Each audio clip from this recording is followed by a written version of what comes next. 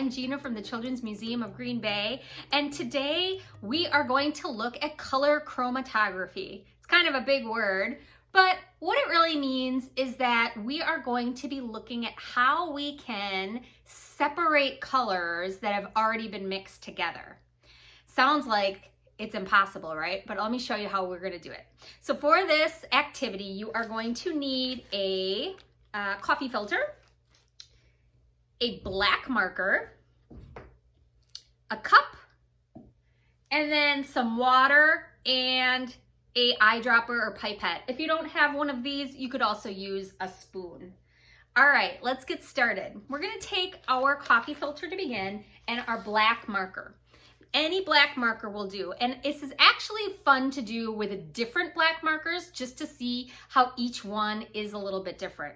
Now, I don't know if you know, but black is all colors combined.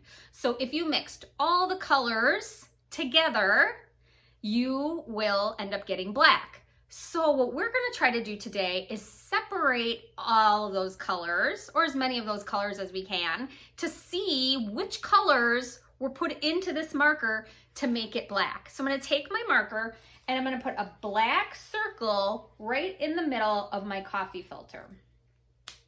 Let me show you what I mean. Just like that. Okay, then I'll grab my empty cup and put my coffee filter right on top of it, like that. We're just doing that because we're going to add water to our black dot, and through the water, it's going to start separating. So the water is going to go through the ink and it's gonna start pulling those different colors apart. Since we're putting water on it, we wanna make sure that the water has somewhere to go. So that's why it will drop down into the cup. So let's grab our cup of water and our pipette. If you're using a spoon, just make sure you use just a little bit. All right, and we're just gonna put a couple drops right on top of that black dot. And sometimes you just have to wait a second and be patient. This is the part where you're an observationist. Another big word that basically means you're just really looking at something deeply and noticing what happens. All right. So I watched that for a little while. I could even add a little bit more water if I wanted to. The longer the water sits on there and pulls those different molecules of color apart, the more we're going to see different colors, all right? Sometimes you do this, let it sit and dry, and you can even see more.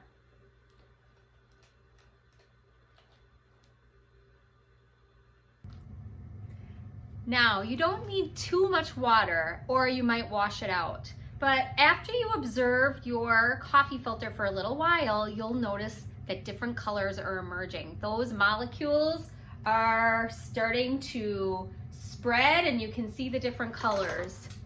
Can you see my different colors? That used to be a black marker, but now we can see orange and blue and some purplish red colors. Every time you do it, it looks a little bit different too. And it is so much fun to experiment with different types of markers. You can use a Crayola marker like I did, but then if you have different black markers around your house, of different brands, try those out and see how they might separate colors a little differently. Once you finish with black, you could also try different colors. What do you think would happen if you used a green marker? What about a purple? How about an orange? Which different colors would you see emerge from those colors? Have fun experimenting, and if you do any color chromatography, we want to see what yours look like by posting a picture. We hope you play well, learn well, and be well. Thanks so much. We'll see you next time. Bye.